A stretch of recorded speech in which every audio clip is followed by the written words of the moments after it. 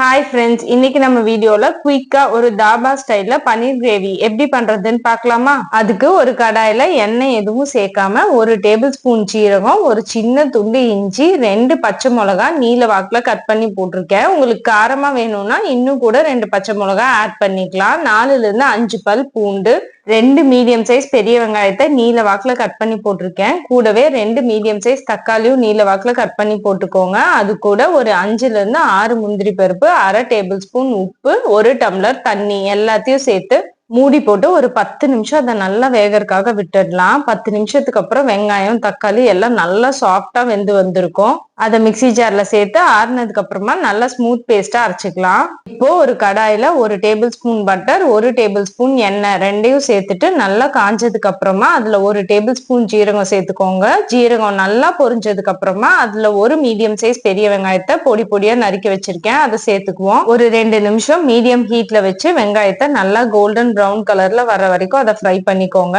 இப்ப அது கூட 1 டேபிள் ஸ்பூன் இஞ்சி பூண்டு பேஸ்ட் சேர்த்துட்டு அதோட பச்சை வாசம் போற வரைக்கும் ஒரு 3 நிமிஷம் நல்லா ஃப்ரை பண்ணிக்கலாம். இப்போ அது கூட 1 டேபிள் ஸ்பூன் தனி மிளகாய் தூள், 1 டேபிள் ஸ்பூன் தனியா தூள், 1 டேபிள் ஸ்பூன் காஷ்மீர் மிளகாய் தூள் எல்லாத்தையும் போட்டு அந்த எண்ணெயிலேயே பச்சை வாசம் போற வரைக்கும் நல்லா ஒரு 2 நிமிஷம் ஃப்ரை பண்ணி எடுத்துக்கலாம். மசாலா எல்லாம் நல்லா ஆயில்ல ஃப்ரை ஆனதுக்கு அப்புறமா நம்ம ஆல்ரெடி அரைச்சு வச்சிருக்கிற பேஸ்ட்டை அது கூட சேர்த்துக்குவோம். ஒரு 3 நிமிஷத்துல இருந்து 5 நிமிஷம் வரைக்கும் மீடியம் ஹீட்ல வச்சு அதை நல்லா ஃப்ரை பண்ணணும். இப்போ அது கூட 1 டம்ளர் தண்ணி சேர்த்துட்டு மூடி போட்டு ஒரு 10 நிமிஷம் மீடியம் ஹீட்ல வச்சு நல்லா அதை வேகறதுக்காக விட்டுடுவோம். 10 நிமிஷத்துக்கு அப்புறமா எண்ணெய் இது மாதிரி நல்லா பிரிஞ்சு வந்திருக்கு பாத்தீங்களா? மறுபடியும் ஒரு 3 நிமிஷத்துல இருந்து 5 நிமிஷம் வரைக்கும் அந்த மசாலாவை மீடியம் ஹீட்ல வச்சு கொதிக்க விடலாம். எண்ணெயெல்லாம் கம்ப்ளீட்டா நல்லா பிரிஞ்சு வந்ததுக்கு அப்புறமா நம்ம ஆல்ரெடி கியூப்ஸா கட் பண்ணி வச்சிருக்கிற பன்னீரை சேர்த்துக்கலாம். பன்னீரை அப்படியே சேர்த்துக்கோங்க, அப்பதான் சாஃப்டா இருக்கும். அதை ஆயில் ஃப்ரை பண்ணீங்கன்னா ஹார்ட் ஆயிடும்.